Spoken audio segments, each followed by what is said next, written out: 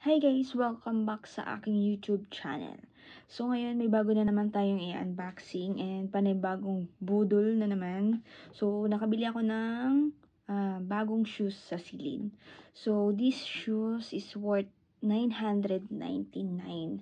So feedback lang guys dun sa nabili kong shoes last year.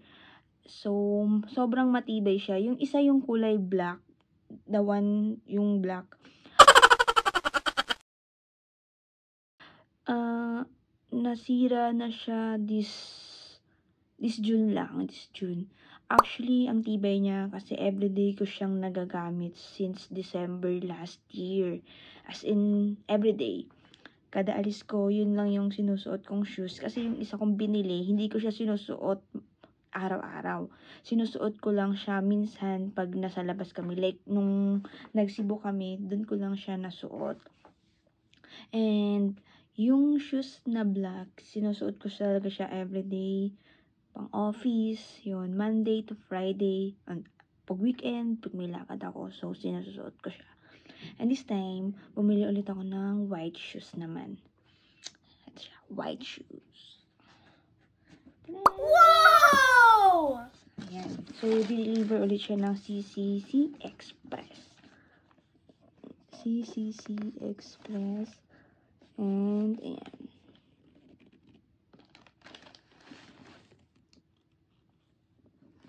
Ayan. So, i-unboxing na natin ito guys. Okay?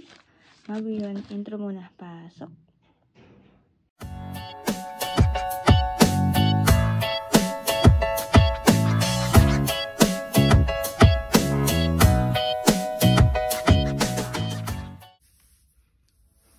So yun guys, o-open na natin yung Celine shoes.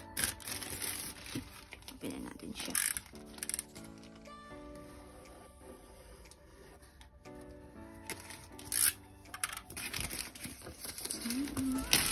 Yun guys, yung price niya. 999 lang siya.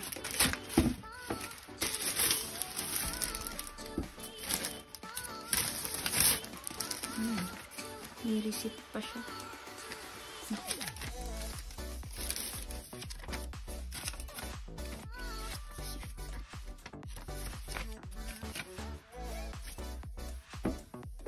So, eto na yung Celine. Size 38.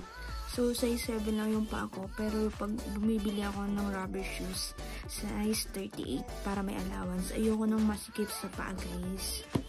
Ayan, Celine. Ayan, yung kanilang Facebook and Instagram. Celine, CLNPH. Ayan, ang kanilang website, shop online. Ayan, Celine. So, open natin siya. Wow! Yeah. Sneaker shoes. Ang cute. Ang cute niya guys.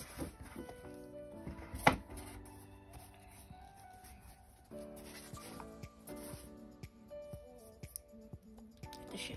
Ang cute. Diba?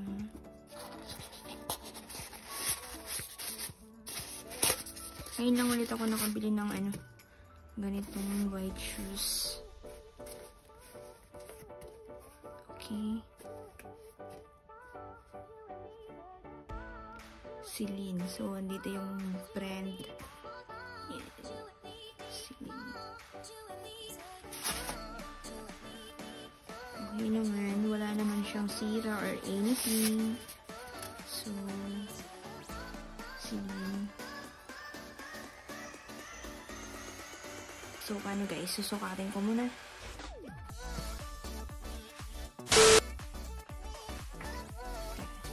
Try natin sukatin yung Celine shoes.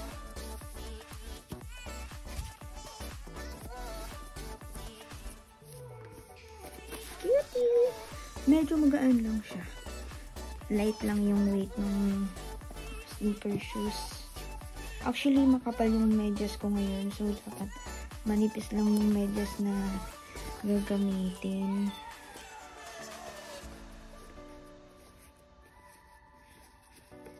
Dapat manipis lang for this kind of sneaker shoes. So, yan.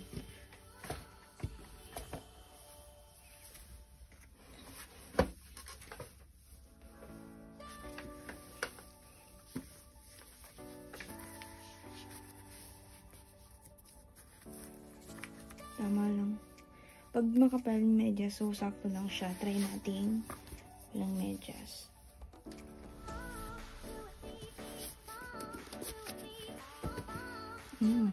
Tama nga guys, sakto lang siya sa medyas na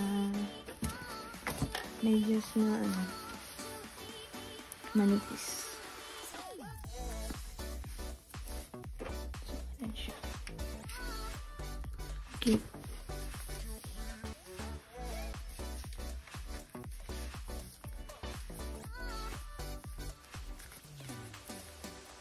Yung pang lang, potsak lang siya. Sabi ko,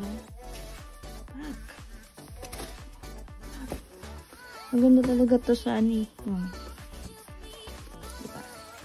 Ganda ng shoes. Ang cute, in fairness. Pero parang yung size nila, parang maliit. So, siguro, pag bumili ulit ako ng ganito, magsa-size 9 ako. Para medyo malaki yung space niya. Though, kasi siya naman siya talaga. And, so, sakto lang siya. Sakto siya sa paa ko. Hindi na natin masyadong aayusin dito. So, titingnan lang natin yung itsura sa paa.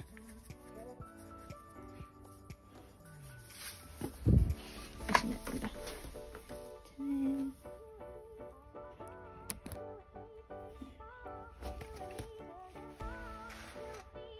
Diba ang ganda? Diba talaga yung ganda pag yung white shoes? Ang ganda niya guys. Fairness. Celine.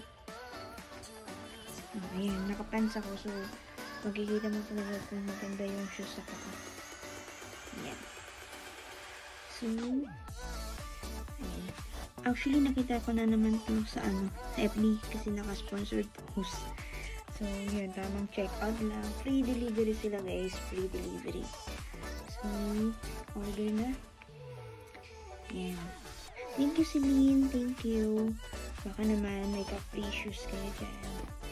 Ayan. Okay? Ayan na. Ayan na.